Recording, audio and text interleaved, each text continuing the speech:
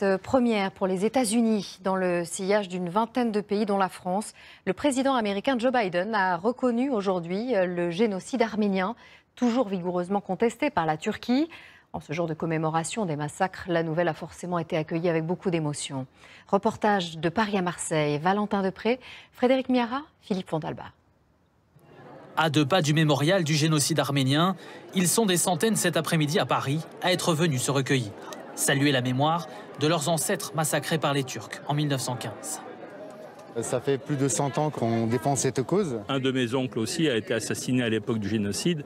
C'est très important de perpétrer la mémoire de ces gens-là qui sont sans sépulture quelque part dans le désert syrien. Notre rôle aussi plus tard, c'est d'en parler aussi à nos enfants et ainsi de suite, qu'ils sachent aussi leur histoire. Plus tôt dans la journée, le président de la République est venu lui aussi leur rendre hommage.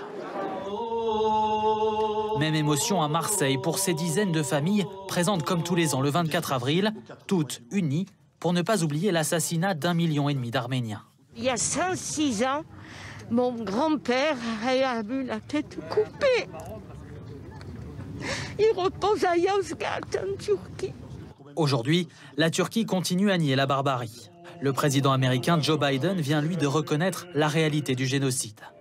À 4000 km de là, dans la capitale arménienne, cette annonce résonne comme une victoire.